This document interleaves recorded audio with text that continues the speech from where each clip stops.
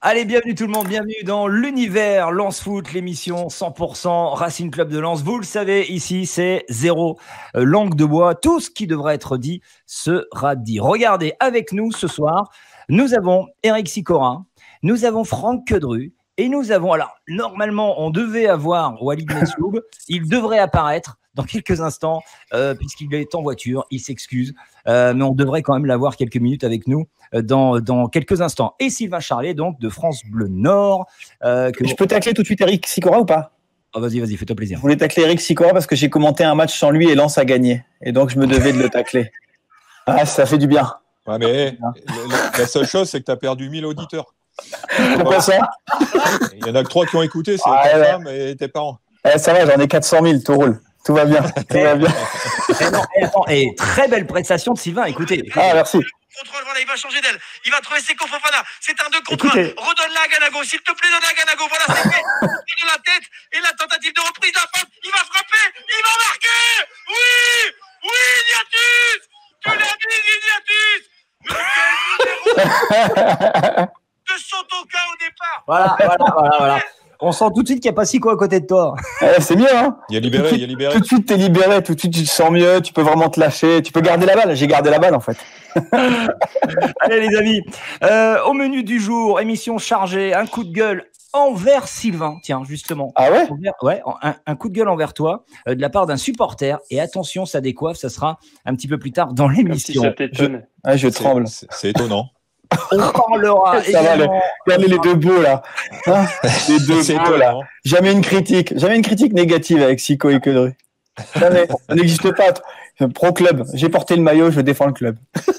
On parlera également d'un classement qui paraît dans France Foot. C'est celui des villes les plus foot, celles qui respirent le plus le foot à plein nez. Est-ce que Lens est bien classé? Est-ce que Lens est sur le podium? Ou est-ce que Lens est carrément la ville où on sent le plus le foot à plein nez? On en parlera avec Sylvain dans pas très longtemps. Le débrief, bien évidemment, de cette victoire qui fait du bien au moral. 2-0 donc à Rennes. Mais pour démarrer, comme d'habitude, c'est le café crème et le tacle par derrière. Le café crème et le tacle par derrière.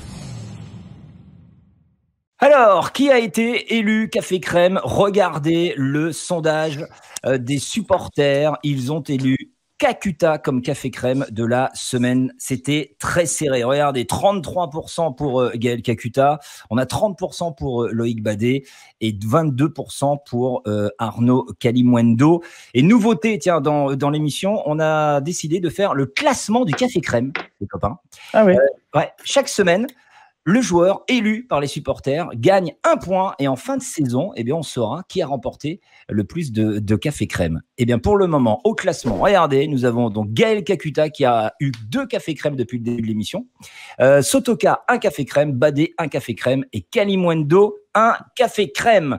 Donc, Walid devait nous faire un café crème sur Gaël Kakuta. On va attendre quelques instants. Et là, on va passer à Sylvain et Eric, puisqu'ils ont tous les deux le même café. Vous payez un café crème à qui, messieurs? Vas-y, consultant de rêve. Moi, j'ai mis Kalimwendo, mais... Comment tu dis Kalimwendo, je sais pas, c'est pareil.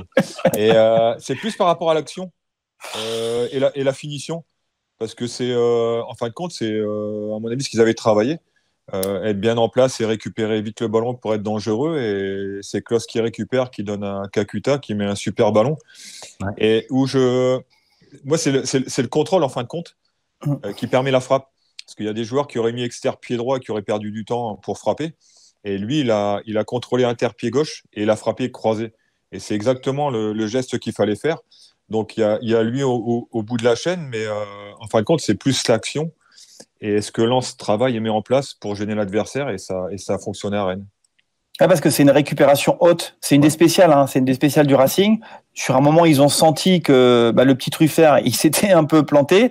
Hop, Klos va le chercher, tu passes la récup. Et c'est vrai que moi, c'est ce que je disais aux commentaires, comme tu l'évoquais à l'instant, la qualité du contrôle, le ballon lui colle à la semelle en fait.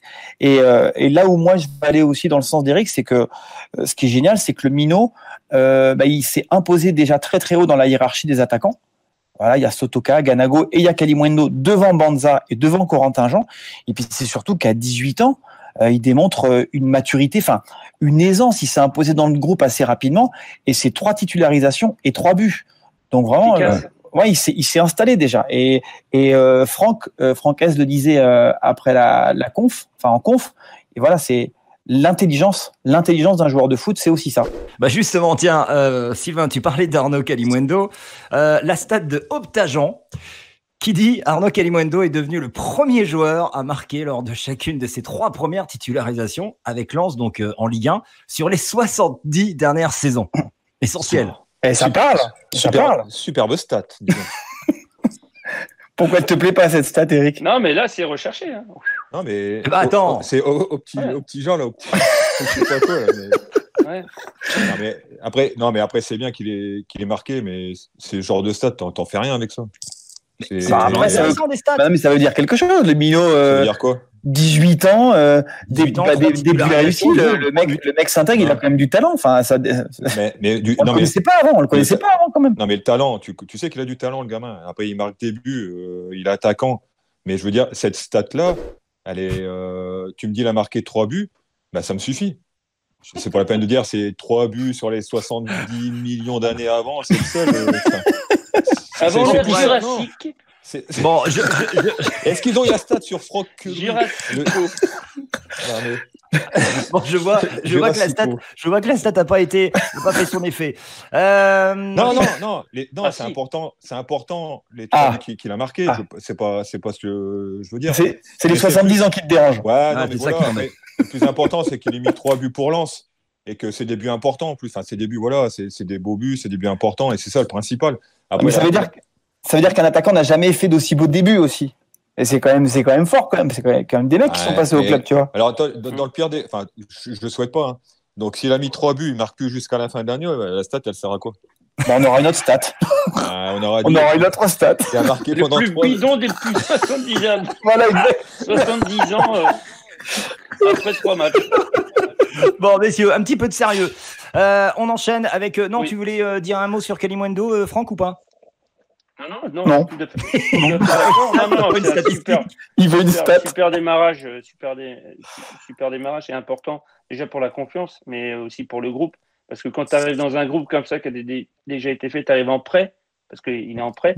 Donc c'est important de s'imposer et de ne pas se mettre à l'écart en faisant des belles performances. Donc c'est important pour lui s'intégrer dans le groupe et je pense que ça vit pas mal. Mais ce qui était assez fort, c'est que par exemple, quand il signe, dans la foulée, il part avec les moins de 20 français. Finalement, il joue avec les espoirs. Et c'était avant le derby. Et je crois qu'il a seulement 2 ou 3 séances. Et lors du derby, il rentre. Il rentre en deuxième période. Donc, ça voulait quand même dire quelque chose. Hein. Ouais, après, les jeunes, tu vois, de cet âge-là, t'es prêté de Paris, t'as qu'une envie, c'est de jouer pour démontrer, tu vois. Donc, les qualités, il les a. Ouais. Et ce qui est bien, c'est que ça offre une solution supplémentaire à Franck Hez dans un registre différent. Donc ça, c'est hyper important pour le club et sincèrement, c'est une bonne pioche. On va passer au tacle par derrière parce que oui, Franck Quedru ne fait jamais les choses pareilles que les autres. Tout le monde avait envie de payer des cafés crème, mais Franck, il a décidé de faire un tacle pour ce match et un tacle à Sylla. Ouais, juste pas le côté défensif de la chose, mais sur le positionnement en 3-5-2, c'est important d'avoir un mec en fait qui va de l'avant, qui apporte des choses. Et je trouve que sur ce match-là, c'était le seul qui était un peu en dedans. Au niveau ballon, j'aimerais bien avoir la stat. Pour une fois, tiens, un ballon perdu, tout ça et tout. Mais pour moi, claque des doigts. Bah pour moi, il n'a pas été assez de l'avant, pas amené assez de centre, pas pour le positionnement qui tient. Et il a failli coûter cher à Lens, l'air de rien, parce que s'il ne prend pas de rouge, il a eu de la chance. Parce qu'à un moment, il était dans le viseur de l'arbitre et je pense, moi j'ai cru qu'il allait prendre rouge. Est-ce que Sylla, pour vous, messieurs, est-il suffisamment dangereux offensivement pour un piston? Sylvain? Moi, je pense qu'il peut apporter mieux. Après, je pense que mentalement, il y a aussi quelque chose qui a changé ces derniers temps, c'est qu'aujourd'hui, il a plus de concurrents. Là, depuis 2 semaines, depuis 3 matchs, le petit Bourrin n'est plus dans le groupe et Aïdara, il a basculé dans la défense à 3. Donc, je pense qu'il s'est peut-être aussi un petit peu installé. Après, est-ce qu'il y avait des consignes un peu différentes?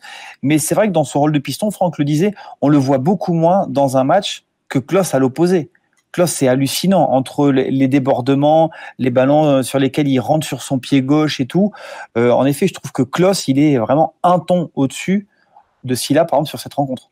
Alors, vous avez fait les malins en me demandant des stats sur Sylla, hein, n'est-ce pas, monsieur Quedru? 62 ballons, 24 perdus pour Sylla.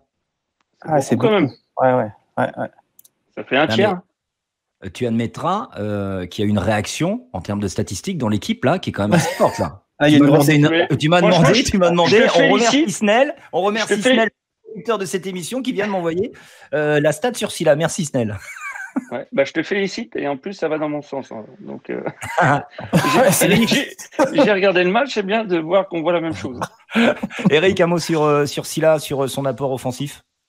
Après, peut-être que physiquement, Klose c'est plus au point, capable de répéter les efforts. Après, sur ce match-là, j'ai trouvé les pistons. Je pense qu'il devait avoir des consignes pour moins ouvrir que les matchs précédents. Obligatoire. Ouais, donc il y a peut-être aussi cette crainte-là. Alors après, peut-être que Klose il a plus l'habitude de gérer et il le fait mieux, tandis que Sylla, peut-être qu'il a vraiment écouté les consignes et resté un peu plus défensif. Je sais pas, mais après, ça dépend de la confiance, peut-être, j'en sais rien. Peut-être que ce match-là, il était moins bien. Sur Bourigeaud, à un moment, il met une boîte. Il prend sur le mollet. C'est vrai. Je sais pas si tu parlais de cette action-là, Cud, mais c'est vrai qu'il peut prendre un carton, se mettre en difficulté. Peut-être un peu moins bien que les autres matchs, mais faut pas le condamner pour autant. Le principal, c'est que l'équipe continue de gagner et qu'il y a un équilibre. Donc, tu prends pas de but, tu gagnes 2-0, c'est le principal. Ouais. Franck ? Non, je vais dans ton sens. Après, c'est vrai que moi, je te dis ça en tant que spectateur, parce que j'ai pas les consignes de Franck, tu vois. Donc, voilà, c'est juste d'un point de vue extérieur, voilà, mon point de vue personnel par rapport à ce match. Ouais. Après, s'il avait des consignes de moins ouvrir et de dire de rester un peu plus compact et de coller un peu plus peut-être à Fofana ou je sais pas, ok, pas de problème. Donc, dans ce cas-là, on n'a pas pris de but, il a fait le taf. Enfin, moi, c'est une hypothèse, j'en sais rien non plus, mais c'est peut-être pour, tu vois. Vous savez quoi ? Normalement, c'était le café crème de Walid Mesloub. On va l'appeler en direct. Voilà, on va l'appeler en direct, on va lui demander où il est. Il est en voiture et normalement, il devait se garer pour intervenir. On va l'appeler. Attention. Séquence émotion. On va dire qu'il est un petit peu à la bourre. Allô ? Il va pas répondre. Vous entendez bien ? Vous entendez les copains ? Ouais, c'est bon. Ça sonne. On entend la sonnerie, ouais. Ah, il a peur. Walid ! Ah non, il nous aime plus. Vous êtes sur la messagerie. Ah là là. Bon, c'est pas grave, on rappellera tout à l'heure. Il laisse le numéro. Donc, Snell, tu pourras afficher, s'il te plaît, le portable de Walid à l'écran. Donc, Walid devait faire un café crème, et ben vous allez le faire à sa place. On va parler de Gaël Kakuta, qui est donc élu café crème de ce match par les supporters. Un message donc de Anthony Ruyard et Kakuta, incontestablement. Pour moi, quel match il a sorti, passeur sur le but de Kali. À chaque fois qu'il touche le ballon, il se passe quelque chose et a vraiment fait mal à la défense rennaise. Qui veut prendre la parole pour Gaël Kakuta sur ce match ? Après le match, il a dit qu'il s'était rarement senti aussi bien dans une équipe. Et ce qu'il disait était hyper intéressant. C'est par rapport à déjà l'état d'esprit du groupe. Il prenait l'exemple de Flo Sotoka qui disait, bah voilà, le mec il s'est retrouvé arrière droit, ça lui pose pas de problème dans le match. Non, il se sent super bien dans cette équipe. Et il dit, il y a un travail qui est fait qui lui permet de jouer en une touche et de jouer assez haut, parce qu'il y a des récupérations et de ballons qui lui arrivent très très vite dans les pieds. Et il peut très vite jouer quasiment en une touche avec ses attaquants. Il n'est pas obligé de porter le ballon. Et ça, c'est quelque chose qu'il a mis en avant. Et tu sens qu'il se régale. Hein. C'est 5 buts et 3 passes. Hein. Et les deux dernières, elles sont magistrales. Je pense qu'il est parti pour faire la meilleure saison de sa carrière. Hein. Qu'est-ce, Eric ? Au niveau des stats, je pense qu'il est déjà mieux. 5 buts, 3 passes. Il fait partie des joueurs les plus décisifs de Ligue 1. Mais je ne sais pas si elle compte cette stat. Parce que ça peut changer d'ici la fin de saison. Ouais, peut-être. Eric ? Non, mais après, il y a le dispositif qui est fait aussi pour lui. Donc, c'est vrai qu'il défend un peu moins. Il est plus proche des deux attaquants. Et puis, il a cette faculté sur un dribble, sur une passe, d'éliminer une ligne ou de mettre des ballons dans les intervalles et de lancer les attaquants. Et puis, Kalimuendo, il attend que ça. Donc, il se régale. Il est bien parti pour faire une grande saison. Là, je crois qu'il a égalé son nombre de buts, je crois, ou c'est 5 ou 6, je crois, Amiens. C'est Ou 6 6 buts, Amiens. 6 buts. C'est pas Donc, 6. 6 buts, 6 je crois, buts ouais, à c'est Amiens, ça. le record. Donc déjà, 5 buts, 3 passes. Ouais. Dès, c'est très bien, quoi. C'est très bien. C'est pour ça qu'à mon avis, et je touche du singe, s'il évite les blessures cette saison, il est parti pour faire certainement la meilleure saison de sa carrière jusqu'à présent. Mais il est bien géré parce qu'il n'a jamais terminé un match. Ouais. Il n'a jamais terminé un match. Non, mais il s'est pas énervé un peu là? Si, ça l'a un peu agacé. Et Francaise, après, forcément, le discours du coach sur le thème, bon, j'ai des joueurs compétiteurs, ça râle, c'est forcément bon signe et tout. Surtout vous, attends, et Franck, Eric, vous êtes bien placé pour parler. Vous savez très bien qu'en tant que compétiteur, eux, ils sortaient jamais. Vous êtes jamais content de sortir. Jamais. Donc c'est normal, les petits coups de gueule comme ça, les petits coups de sang, non? Écoutez ce qu'il a dit. Quand je rentrais sur un quand j'étais titulaire, je sortais pas. Fais gaffe, on pourrait retrouver une stat avant la fin de l'émission. Fais gaffe. Les gars, vous n'avez jamais été sortis à la pause, par exemple, par un coach? Si, moi aussi, par Courbis. Et alors? Ouais. Ben. Il te dit quoi? Il te parle ou pas? Ouais, mais Roland, c'était toujours. Il anticipait les matchs d'après ou 2 matchs après, tu vois. Donc, et il m'a sorti et j'allais repartir chez moi et on m'a dit non et je suis resté finalement.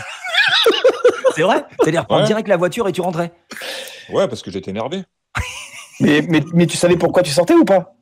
Ben, ouais, c'était pour. Il le dit pas tout de suite, tu vois. Il y a des matchs où il m'avait prévenu, je jouerais pas ce match-là parce que il y avait risque d'un carton et suspendu. Donc ça, tu peux le comprendre. Mais tu sais, quand tu sors comme ça en plein match, surtout à la mi-temps, tu te prends mal. Donc après, bon voilà, sur le coup, tu réagis mal et puis après, tu réfléchis. Non, t'as pas le droit de faire ça pour tes potes, donc tu restes. C'est bien, toi, tu réfléchis. Toi, tu réfléchis, c'est bien. Bah, les photos, on réfléchit pas souvent, mais bon, de temps en temps, ça nous arrive.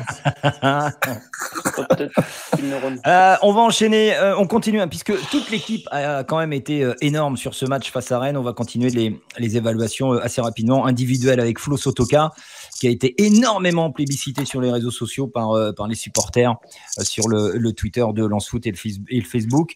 Jacques Sorel qui dit « Toute l'équipe a été monstrueuse cet après-midi, mais je tiens à souligner l'activité incessante et intelligente de Flo Sotoka, un guerrier, c'est notre Olivier Giroud, lensois, indispensable. Pierrot, Flo pour son envie et sa prestation XXL dans l'engagement, pressing de tous les instants, joueur qui correspond parfaitement à l'ADN du Racing, spécial dédicace pour son match d'hier. Franck, Flo Sotoka, comme d'habitude, énorme. Bah, j'ai envie de dire, ouais, il a encore une grosse activité, mais c'est surtout une grosse activité, pas personnelle, au service de l'équipe. Et comme tu as dit, au bout d'un moment, il a été aidé Klaus, il est revenu, il est passé derrière Klaus, il a été défendre en tant qu'arrière droit. Je veux dire, c'est un attaquant à la base. Il est deuxième pointe. Et là, tu le retrouves sur le côté. Il y a eu un changement, je crois. Il est passé sur le côté. Et bon, bah, je veux dire, c'est un grosse petit activité.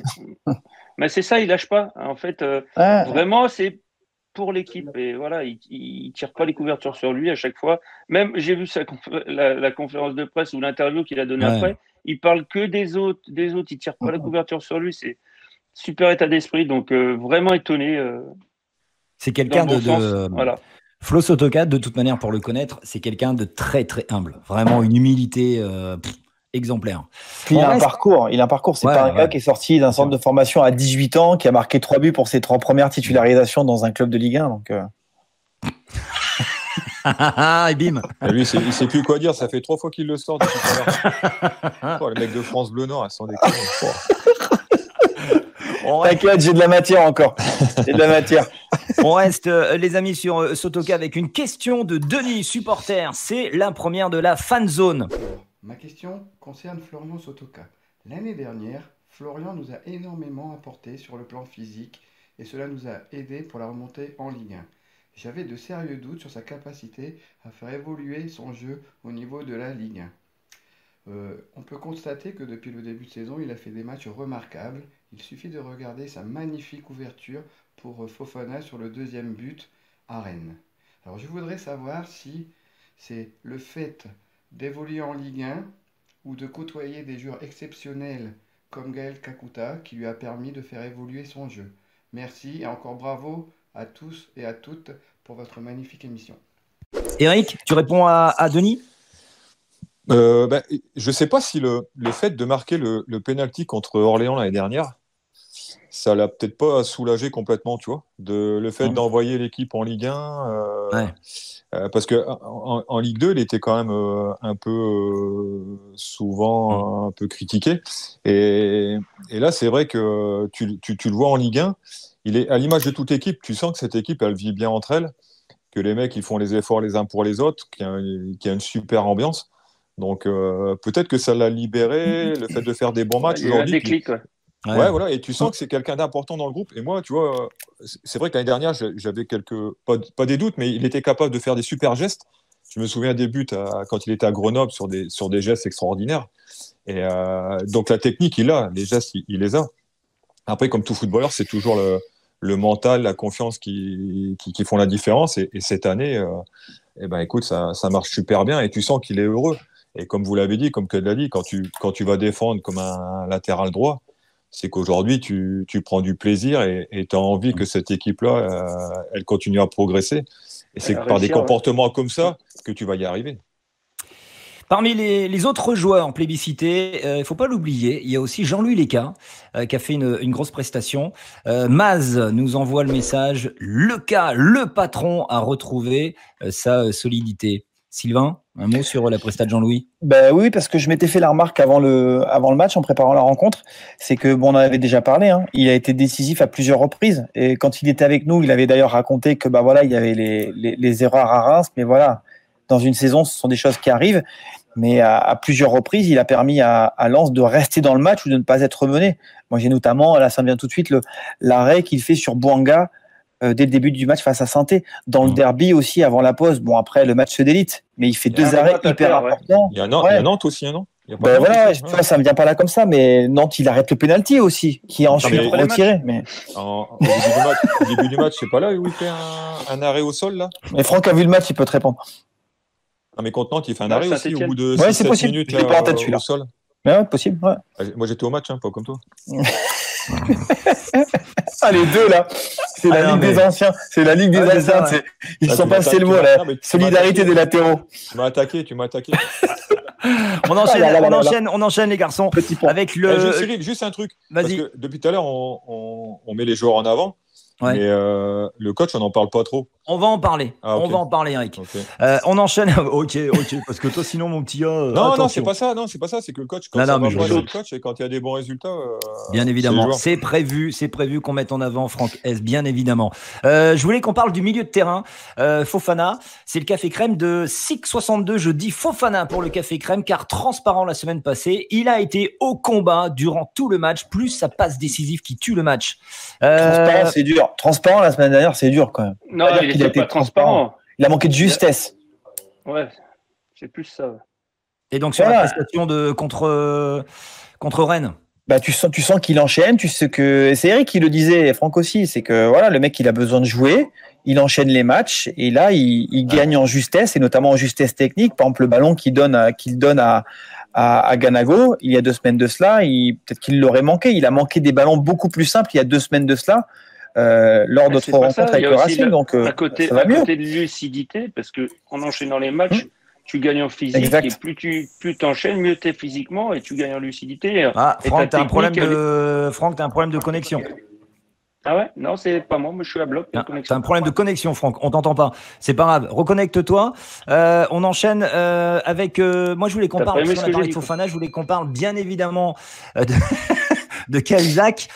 Parce que Cahuzac, il est revenu pour ce match et MD9 nous dit « Moi, j'ai mis un Cahuzac pour le Café Crème, un peu dans l'ombre, mais quel volume de jeu, quel calme, il est incroyable, aussi à la récupération. Je le vois toujours bien placé, à anticiper les passes adverses, il est devenu indispensable. » Le fameux Cahuzac, on le disait la semaine dernière, c'est le patron, milieu de terrain.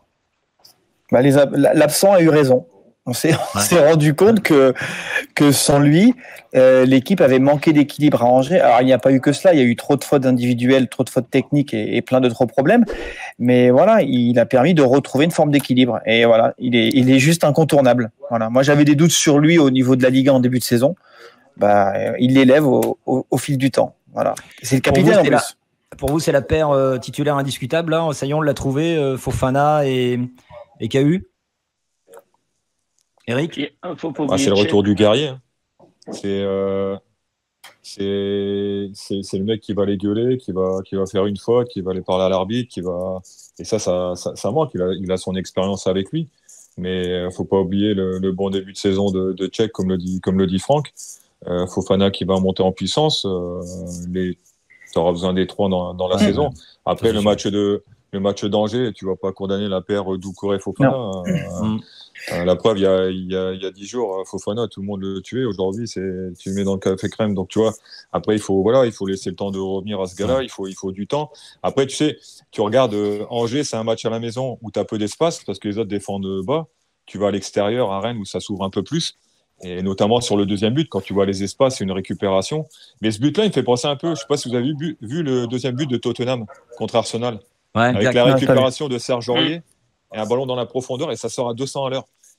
Il a cette capacité, lui, justement, à se projeter, et c'est ce qui a fait la différence. Donc, il a un gros volume de jeu. J'aimerais qu'on s'attarde sur Franck Hez, bien sûr. Il a été très souvent, lui aussi, cité par les supporters sur nos réseaux sociaux. Regardez, David nous dit, mon café crème, moi, c'est pour Hez. Ce qu'il fait de ce groupe est magnifique. Il arrive à tirer un maximum donc de son effectif titulaire comme remplaçant. Et ses choix payent. Bravo, coach. Cette victoire n'est-elle pas une victoire tactique de Franck Hez qui a su s'adapter au Rennais, Eric? Je ne sais pas s'il s'est adapté au Rennais. Je pense qu'il s'est adapté au fait qu'il ait pris 3 buts contre Angers, 4 contre Reims, 4 contre Lille. Et je pense que c'est plus par rapport à ça. Et tu vois que là, ce que j'ai dit tout à l'heure, tes pistons, je les ai sentis un peu plus... prudents. De toute façon, tu regardais, plusieurs fois, tu as la ligne de 5 à l'écran, alors que ça, tu l'avais jamais avant. Donc, réduire les espaces. Et par contre, comme tu as un très bon contre-attaquant, et notamment avec Klose, dès qu'il peut, il se projette, et des fois, tu restes à 4, et c'est pour ça que ça a fonctionné. Mais d'ailleurs, je voulais parler de Franck, parce que quand on a des résultats, c'est toujours les joueurs, et puis quand ça va mal, c'est le coach. Donc, c'est pour ça qu'aujourd'hui, c'est un métier compliqué. Et ce qu'il a réussi à faire avec l'équipe, et notamment avec Flo et les dirigeants par rapport au recrutement, c'est déjà fort à ce niveau-là. Et après, les résultats sont là pour prouver sa qualité. Ouais, j'allais dire aussi. J'allais juste dans le sens d'Eric, de ne pas oublier aussi en fait la cellule de recrutement, parce que tu en parlais en début d'émission, Sylvain, mais tous les mecs qu'on a été chercher, qu'on ne connaissait pas forcément, il n'y a pas une fausse note.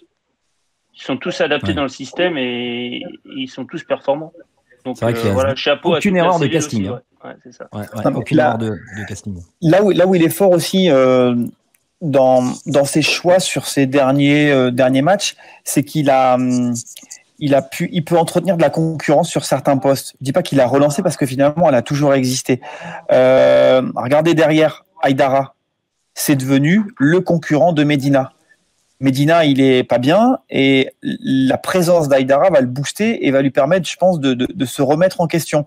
Aïdara, c'est aussi la doublure, ou le concurrent de Silla. Dans l'entrejeu, ils sont 3 aussi à se tirer la bourre. Quand Michelin il est un petit peu en dedans, mais il peut concurrencer Klose. Et le cas le plus fort pour moi, c'est Kalimundo. Kalimundo, aujourd'hui, il met un peu la pression sur Ganago. Enfin, c'est un peu négatif de dire il met la pression. C'est-à-dire que tous, ils vont rester en éveil. Ganago par rapport à Kakuta, parce qu'avant le match, Ganago par rapport à Kalimundo, avant le match, le coach disait j'ai failli faire débuter Ganago, en fait. Il était prêt à le faire. Mais finalement, bon, voilà. Donc, ces mecs-là vont se tirer la bourre toutes les semaines à l'entraînement. Et ça, je trouve que c'est hyper intéressant. Et ça, c'est la patte du coach et de son staff technique, parce qu'il n'est pas seul. En fait, il fait avancer un groupe, la concurrence. Exactement. Il en fout. En fait, c'est ça, c'est une concurrence saine. Et ça, dans un groupe, c'est quand même primordial. Très bien, messieurs, je pense qu'on a fait le tour des cafés crème et des tacles par derrière pour ce match. On va passer au débrief. Lance Foot. Le débrief. Alors, on commence bien sûr avec le classement. Oh, qu'il fait du bien, ce classement. 8e avec 21 points. Vous vous rendez compte, 50% les garçons du maintien déjà réalisés. Qui aurait cru qu'à la 13e journée, C'est dingue. Lens, Ouais. Lens aurait eu un Et tel nombre de dernière points. émission, les amis, la dernière émission, quand j'ai dit Ah, t'as dit ouais, quoi? avec 2 victoires, ça fait 24 points à la trêve, nanani, on m'a dit ouais, tu vas voir les 3 prochains matchs, nanani, nanana. Ouais. On va voir tout à l'heure avec le résultat de vos pronostics. Vous allez moins faire les malins. Ah, j'ai dit 2-1 pour Lens, moi. Oui, c'est ça, ouais. Oh, l'arnaqueur. 2-1, j'ai dit Lens. Regardez les statistiques.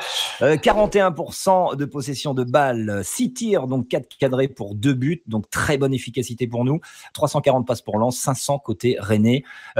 Lens n'est-il pas plus dangereux lorsqu'il n'a pas le ballon, Franck? C'est dans les transitions qu'on est bon. On voit le but de Kalimuendo, c'est exactement ça. On a besoin que de 2 passes pour mettre un but. Tu récupères le ballon assez haut, donc forcément, tu es tout de suite dangereux. Et là, sur 2 passes, tu as mis un but. Après, Rennes a eu la possession, je suis d'accord avec toi. Et c'était vraiment stérile. C'est stérile. Hein. Parce qu'on dit que Jean-Louis Lecaille, il a fait un gros match. Je ne l'ai pas touché beaucoup de ballons. Non, il y a très peu d'occasions pour Rennes. En première, il y a un ballon qui traîne dans la surface et Klos vient Juste tacler après le but, je devant crois. Flavien T. Je crois que c'est juste après le but. Et en deuxième, par exemple, ils n'ont rien. En deuxième, il fait rentrer le petit Doku qui n'a pas existé dans le couloir. Et d'ailleurs, Silla et Aïdara ont bien défendu. Kamavinga, bon, c'est plus le Kamavinga du début de saison. Nyang, on l'a pas vu. Je vous interromps. Nous avons. Alors, en attendez. direct de Marrakech. Ça y est. Télécom Maroc. Regardez, nous allons avoir donc en direct Walid Mesloub en direct de sa voiture. Mais il est où là? Il fait quoi? Il revient de Marrakech. Non, Il est comme sur le terrain, il est en train de te rouler dans la farine, il fait des râteaux sur râteaux. En fait, il est chez lui peinard dans son canapé, il a pas envie de faire l'émission. Comment il t'a bien en main? Allô, Walid? Non, mais c'est pas possible. Bon, excuse-moi, Sylvain, il va nous rappeler. Et appelle un copain qui se fait passer pour Walid. On le verra pas, c'est au téléphone. Oh, c'est le fil rouge de la soirée, ça. Je voulais. Ah oui, tiens, regardez, on a une question qui mérite débat. C'est Johan Ganakuta. J'adore leur pseudo. Faut-il associer Kalimuendo à Ganago, sachant qu'ils ont un profil identique, mais surtout au détriment de Sotoka, très important dans le dispositif.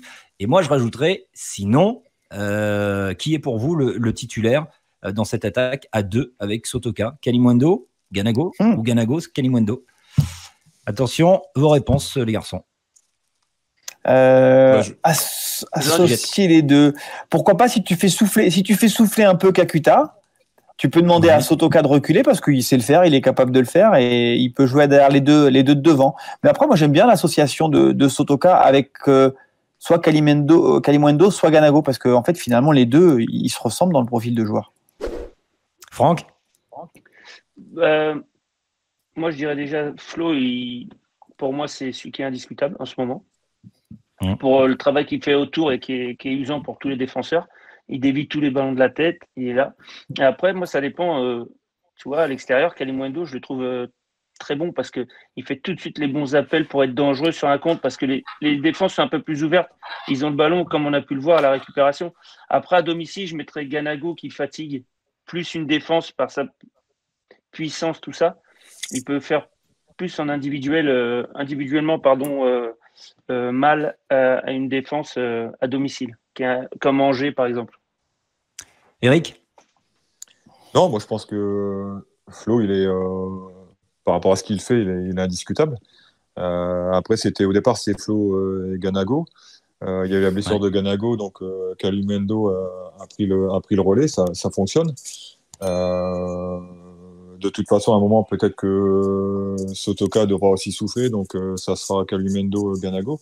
Mais aujourd'hui, oui, le titulaire, c'est Flo Sotoka. Et après, ça se joue avec Kalimuendo, Ganago. Après, t'as encore Banza, Jean, qui sont peut-être un peu plus loin, mais t'as quand même un panel assez important devant pour poser pas mal de problèmes.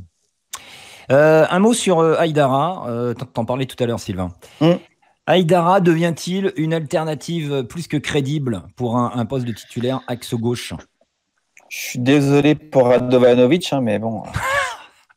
Attention, si tu parles de Radovanovic, tu vas en énerver certains. C'est le sujet. Là, je délivre, je fais un teasing. C'est le sujet du coup de gueule que vous allez vivre dans quelques instants d'un supporter envers Sylvain. Ah, mais c'est dur. Je profite d'Aïdara pour dire que c'est dur pour les trois autres, pour Rado, Diallo et Fortes. Ouais. Bon, bah, c'est clair et net. Aujourd'hui, ils sont plus 4, 5 et 6 dans la hiérarchie. Ils sont 5, 6 et 7. Aïdara, voilà, à ce poste-là, il montre des choses, il est intéressant et en ce moment, voilà, il est même devant Medina. Medina va devoir cravacher pour retrouver une place de titulaire. Eric ?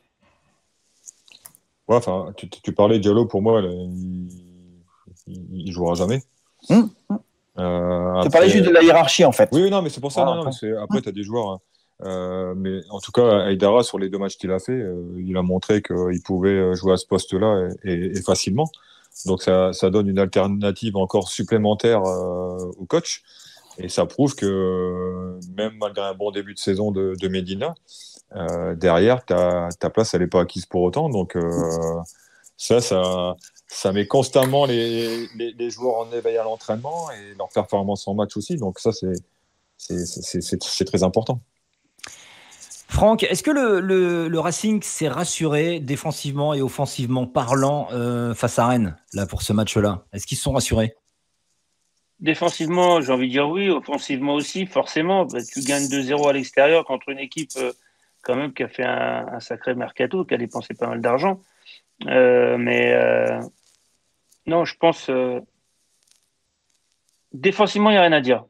Offensivement, je pense que tu vois, si tu avais mis un but de plus, c'est clair que là, tu partais. Bah ouais, non, mais bon, tu fais la fine bouche là, quand même. Hein. Bah voilà, c'est ça, en étant exigeant. Hein.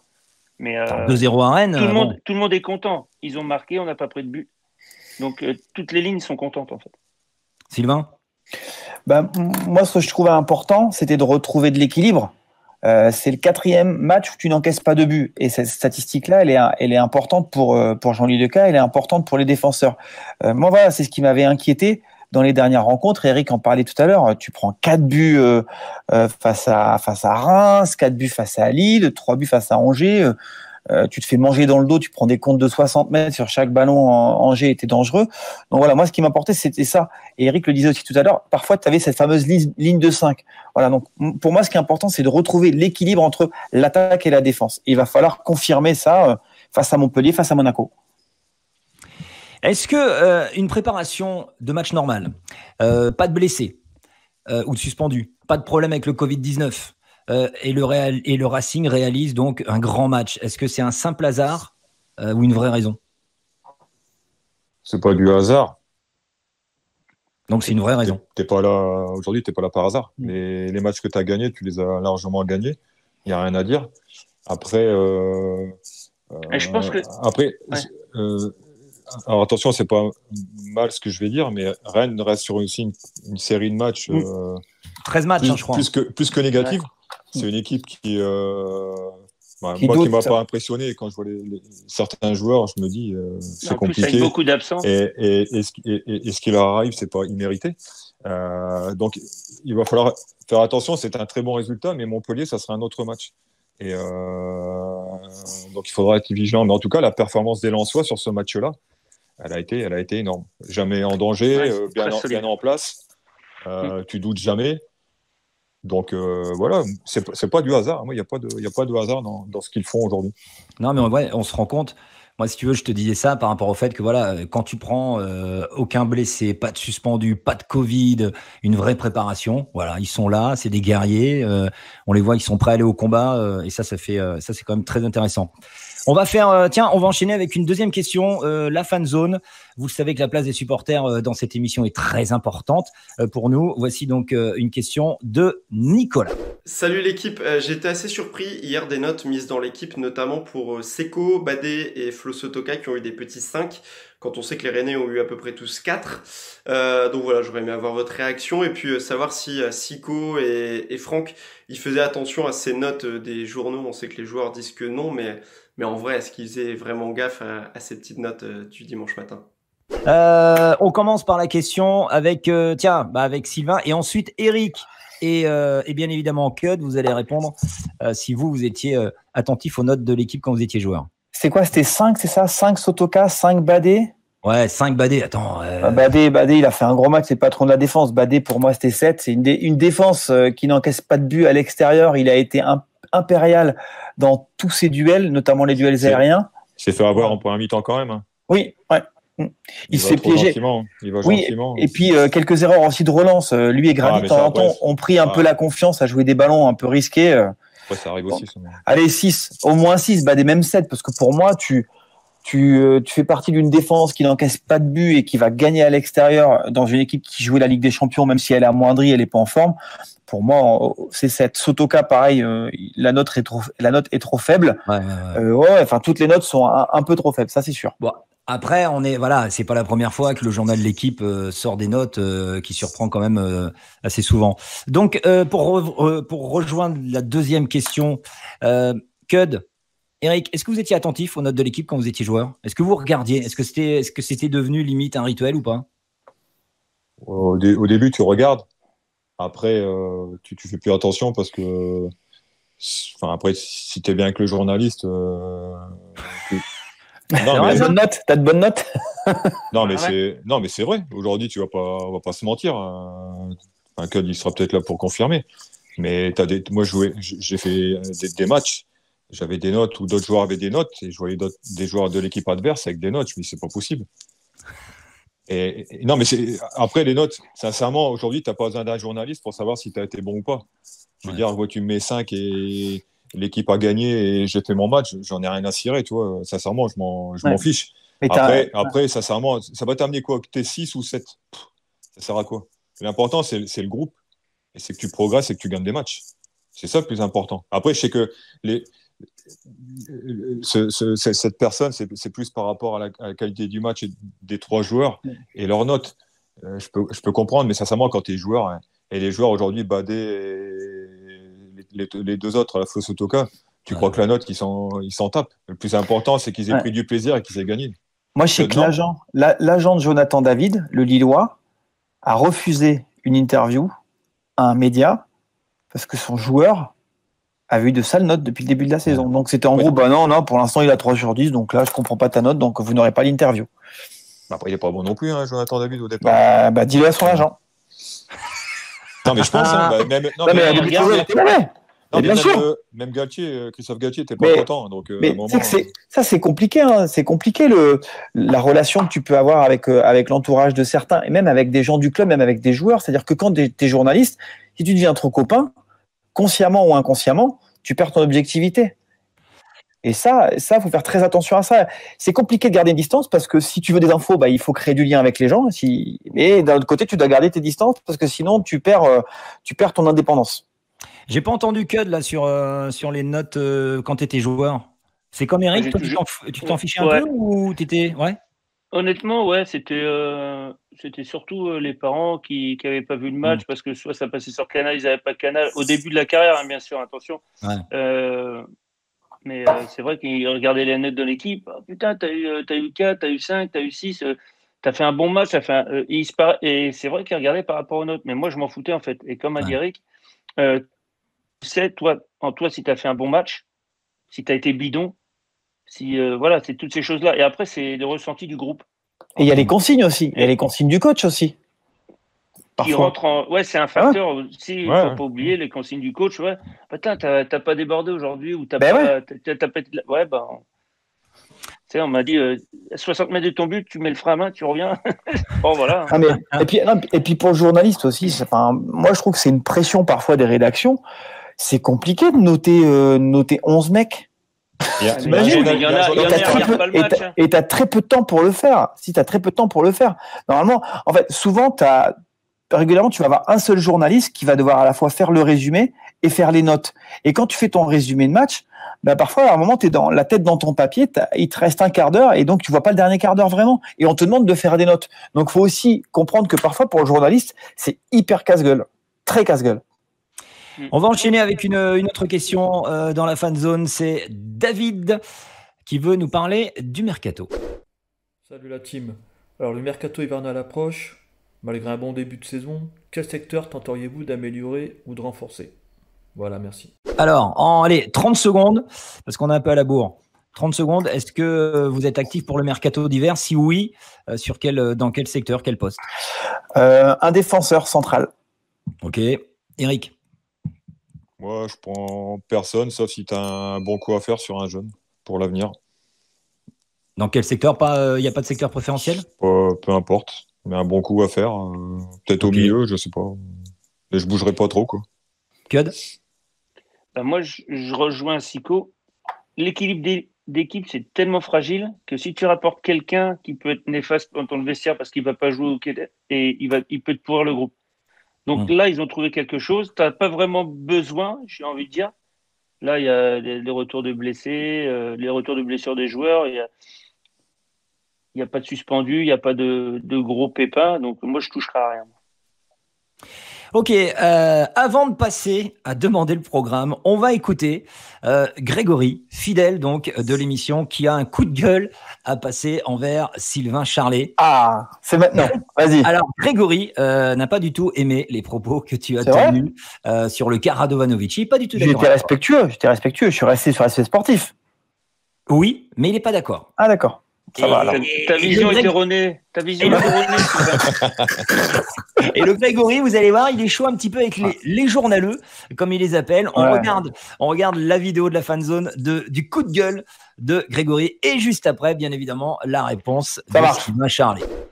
Bonjour à tous, je me présente Grégory, j'ai 50 ans, je suis tisteron dans les Alpes de Haute-Provence et je suis également le barman du Café Lensois sur Facebook qui fait les chroniques d'après-match. Ma question, ou plutôt mon tacle par derrière, limite à la gorge, s'adresse à Sylvain et tous les journaleux suiveurs du Racing Club de Lens. Il y a un problème Radovanovic, comme le dit Gillet. Pourquoi ne pas le mettre en concurrence saine et loyale. À numéro 1, Medina, à numéro 2, Radovanovic, ainsi que pour Badé et Diallo, et Grady et Fortes. Ma question c'est... pourquoi vous ne posez pas les bonnes questions justement à Hez ou Gisolfi, voire même Rado? Qu'est-ce qui se passe avec Radovanovic? Parce que me dire qu'il ne s'entend pas avec le groupe, c'est de la fumisterie. Me dire qu'il n'a pas le niveau de Ligue 1, qui êtes-vous pour le savoir? Il a fait qu'un match contre Lille avec un piston gauche Aïdara qui était à la rue totalement, et je te parle même pas du collectif, on s'est pris une branlée.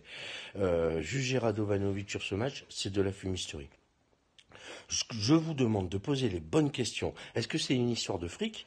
Si c'est le cas, une histoire de fric, 2 millions d'euros, 3 millions à la revente, c'est du foutage de gueule. Laissez-nous Rado, donnez-lui sa chance et mettez une concurrence saine et loyale. Mais surtout, posez les bonnes questions. Pourquoi il y a un problème Radovanovic? Voilà, mais arrêtez de dire qu'il n'a pas le niveau de Ligue 1. Bonne fête de fin d'année. Au revoir. C'est important, merci en tout cas. Ah oui, bravo. J'espère que j'aurai un cadeau pour ma réponse. Bravo à Grégory pour ce coup de gueule. Alors Sylvain, le droit de réponse, bien évidemment. Eh ben, tu sais, je participerai à la prochaine conférence de presse du Racing Club de Lens, donc je poserai la question à Franquet. Je lui demanderai s'il y a un problème avec Radovanovic. Moi, après, je n'ai fait que de parler que des faits. On les pose, et les faits actuellement, c'est que Radovanovic, il n'est pas dans la boucle. Il faut qu'il parle avec Franck Hez. Voilà, alors oui, c'est vrai qu'on ne parle plus de Radovanovic depuis des semaines en conférence de presse, mais Radovanovic, il n'est plus dans le groupe au moment. Ça avait l'air personnel quand même. Ben, peut-être. Oui, je pensais entre Franck Hez et Radovanovic. Non, entre toi et Grégory. Mais après, moi, les questions, je les ai posées à Arnaud Pouille et à Mister Ghisolfi, mais personne ne me répond. Donc voilà. Donc les questions sur les coulisses, si je pose les bonnes questions sur les coulisses, mais les dirigeants ne répondent pas et ils ont de bonnes raisons de ne pas y répondre. Ça, tu nous dis ça à nous, mais est-ce que tu les poses vraiment les questions? Ben oui, je les ai posées les questions. De toute façon, tu es indéfendable sur le sujet. Non, j'ai le droit d'avoir une critique sportive. À partir du moment où je suis respectueux, tout va bien. Je l'ai été quand même, Eric, admet. Non, tu as été très respectueux là-dessus. Ça va. Alors regarde le journaleux. La solidarité. Allez, on passe à demander le programme. C'est parti. Lens Foot. Demandez le programme. Pour la 14e journée de championnat, donc le Racing reçoit Montpellier, une équipe très solide qui évolue en 4-3-3. Regardez, 6e avec 23 points, donc Montpellier, 2 points de plus que nous, donc nous 8e avec 21 points. Si on regarde l'historique des confrontations, 29 matchs joués, 15 victoires pour le Racing, 7 victoires pour Montpellier, 7 matchs nuls. Montpellier est une équipe très généreuse, sur le terrain. Est-ce que le match va être compliqué selon vous? Ah oui. Eric. Ouais, ça va être un match difficile. C'est une équipe qui monte en puissance chaque année. Il y a des bonnes individualités. Je crois qu'il y a Andy Delors qui sera peut-être pas là parce qu'il a le Covid, heureusement. Enfin, je sais pas, peut-être qu'il voudra Il venir sera peut-être jouer. de retour. Il était déjà forcé là, mais. Heureusement qu'il a le Covid ou heureusement qu'il sera pas là? Les deux. Non, pas le Covid, non, mais il sera. Non, mais il sera pas. J'espère qu'il sera pas là parce qu'il s'entend super bien avec la board. Et derrière, au mieux, t'as des sacrés joueurs, donc ça peut faire mal à tout moment. Et c'est vrai que ça va être un bon match pour nous jauger et continuer d'avancer. Code? Non, je suis d'accord avec Six. C'est une équipe dangereuse en fait qui est capable de mettre des buts à tout le monde. Et comme l'a dit Eric, la doublette Laborde de l'or, c'est très. C'est costaud. C'est très costaud. Bah, c'est efficace, on va dire. Ouais. Et derrière, c'est pas des manchots derrière. Ils savent mettre des bons ballons aussi. Donc ça va être un beau match. En plus, si la victoire, on peut repasser devant, mais bon, après ça serait anecdotique. Mais c'est surtout faire un beau match contre Montpellier, mais ça va être très dur. Puis il y a Mavididi aussi, hein. Il y a le petit Mavididi qu'ils ont pris à Dijon, qui est en train de monter en puissance. Il s'impose. Parfois, il joue aussi. Il a joué, je crois, une fois en 4-1, 4-1, et en fait, il avait Delors en pointe et il avait Laborde et Mavididi dans les couloirs. Et puis à côté, t'as Mollet et Savanier qui distribuent. Donc ouais, ça va être chaud et ça peut ressembler un peu dans la stratégie au match face à Angers en fait. Il va pas falloir t'ouvrir en fait. Il va falloir être patient. Il va falloir être sage. Les coups de pied arrêtés, c'est ce que j'allais dire. Ils ont un bon frappeur là, donc faire attention. Ouais, Savanier. Pour vous, quel sera le 11 de départ? Je rappelle, et je tiens à féliciter, oui, messieurs Sikora et Quedru, que Sylvain Charlet, la semaine dernière, était le seul à avoir donné le bon 11 de départ. Merci beaucoup, monsieur. Contre Rennes, les gars. Ouais, mais on s'en fout de ça. C'était pas. Tu veux une médaille? Garde-les, les beaux, là. Les connaisseurs de football, là.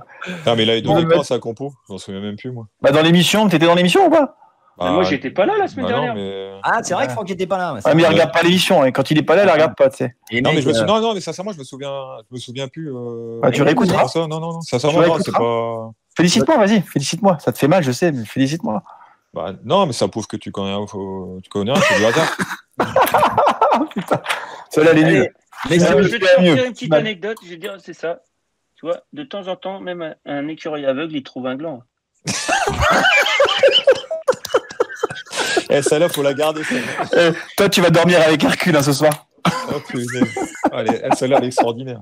Ça va sortir. Ça va sortir pour le réseau, c'est sûr. Bon, messieurs, c'est cadeau. Ouais. Stop. On repart un petit peu dans le sérieux. Le 11 de départ. Quel est le 11 de départ pour vous contre Rennes? Contre Monsieur Charlet. Alors Rennes, je le sais. Moi, je suis sûr. Monsieur Charlet, allez. Je parle le premier. Vas-y. Donc le cas. Je repars quasiment avec les mêmes. Je fais Aïdara, Badé, Grady. Ah non, Grady est suspendu. On a 2 suspendus. Ouais. Grady et Doucouré. Je mets Fortes alors. Aïdara, Badé, Fortes. Tu mets pas Rado? Non, il est plus dans les plans. Il est plus dans les plans. Le grec, ils vont encore gueuler. Tu vas avoir un coup de fil. Fofana, Cahuzac. Los, Silla. Et je remets Ganago avec Sotoka et Kakuta. Il y a un match par semaine, donc là. Siko, Cud, rapide, votre 11.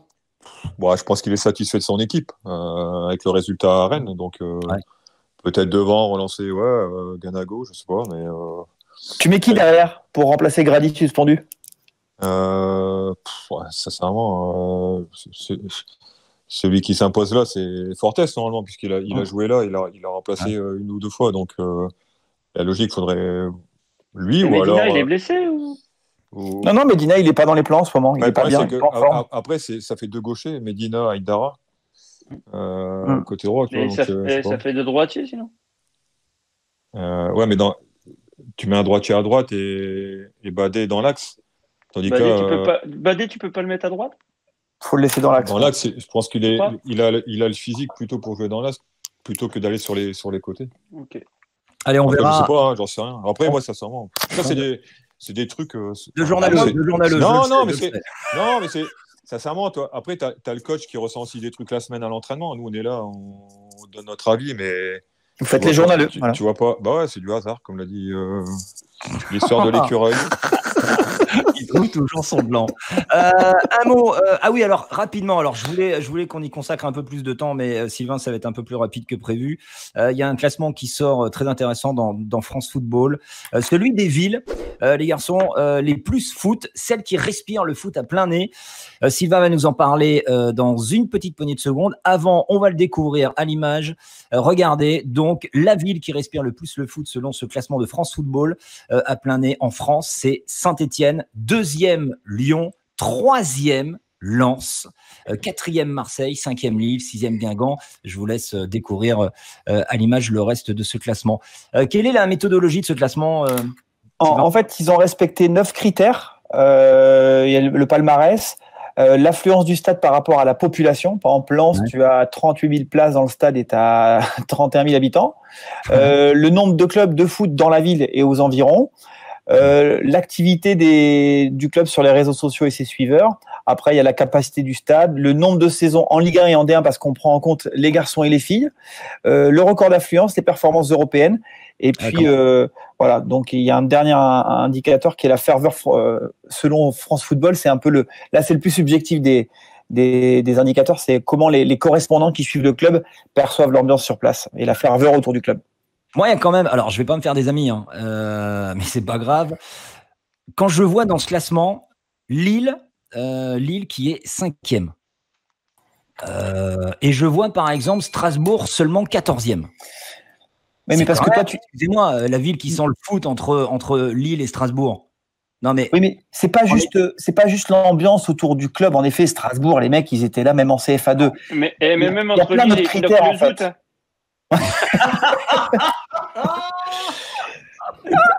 Ouais, tu vas avoir des problèmes.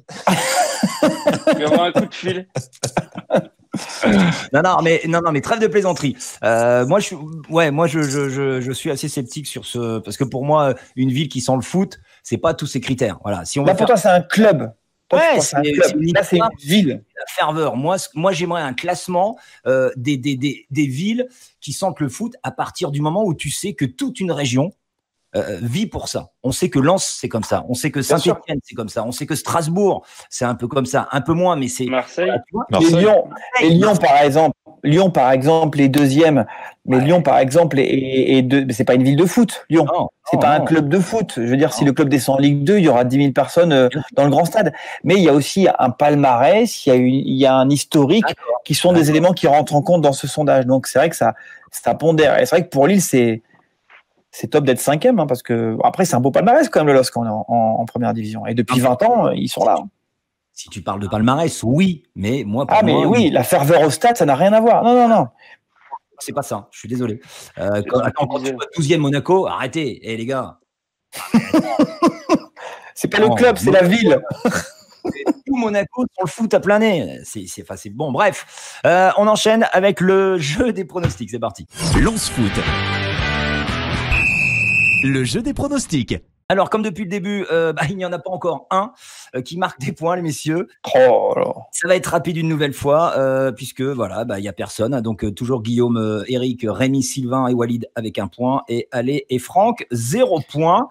Vos pronostics donc pour le match contre Montpellier. Cette fois-ci, j'ai les 3 pronostics des autres qui ne sont pas là. Donc on a Guillaume Gillet qui pronostique 2-0 pour Lens, Rémi Buisine 2-1 pour Lens et Aléadine qui promet 3-1 pour Lens. Messieurs. 2-1 pour Lens. Je note 2-1 pour Lens. Eric. 2-2. 2-2.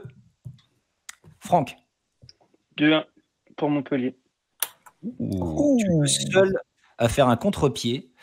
Et donc, alors, vous savez malheureusement, j'espère me tromper. Après, je préfère être dernier et me tromper tout le temps. T'as vu au résultat, je suis 0, j'ai 0 points, 0.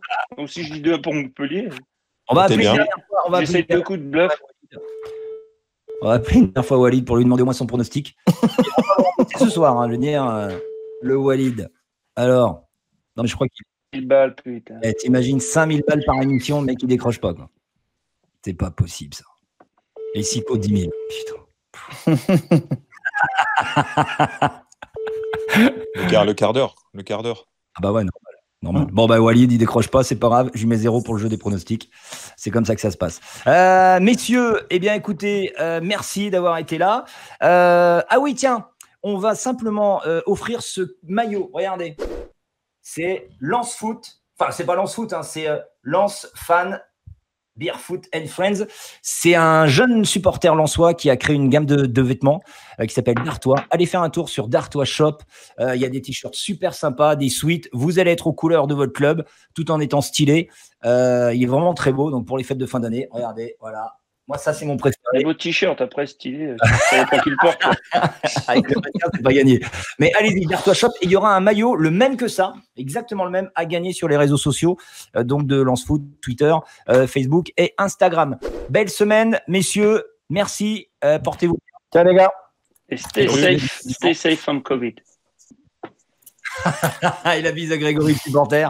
Portez-vous bien sûr. Et rendez-vous la semaine prochaine. Salut. Ciao. Salut, ciao.